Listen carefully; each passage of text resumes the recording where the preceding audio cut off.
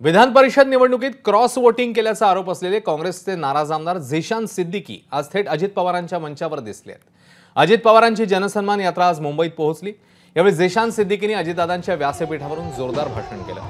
या भाषणात त्यांनी स्वपक्षावरच टीका केली आहे। काँग्रेस नेतृत्वावर शरसंधान साधत अजितदादांच्या राष्ट्रवादीत जाण्याचे संकेतही सिद्दीकींनी दिले। एवढंच नव्हे तर झिशान सिद्दीकींनी पूर्ण रॅलीत अजित पवारांची सोबत केली। अजित पवारांच्या बाजूला ते पूर्ण वेळ उभे होते। अजितदादांसाठी त्यांनी भव्य रॅली देखील काढली।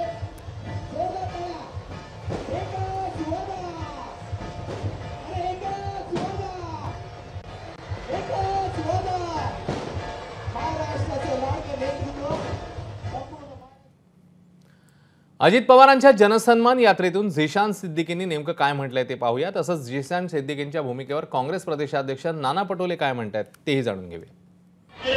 चुनाव आने वाला है, हम सबको पता है चुनाव आने वाला है। मेरी माताएं मेरे सामने बैठी है कि आपका बेटा, आपका भाई 2024 में फिर से आमदार का इलेक्शन लड़ेगा और आपके दुआ, आपकी प्रार्थना से फिर एक बार आपका आमदार बनूंगा। हम सब आपको आश्वासन देते हैं कि आपका काम हमारा काम है और आपको न्याय दिलाना हमारा काम है।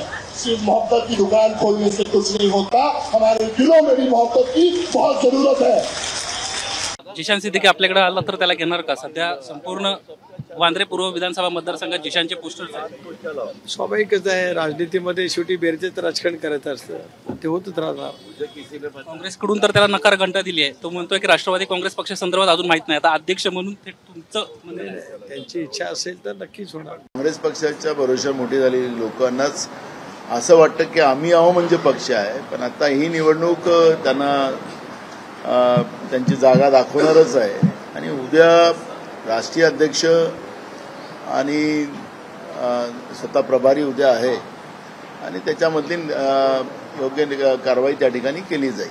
पण पक्षातून हकालपट्टीचा अधिकार उद्या कारवाई करण्याचे संकेत आपल्याला मी आतापासून देतो।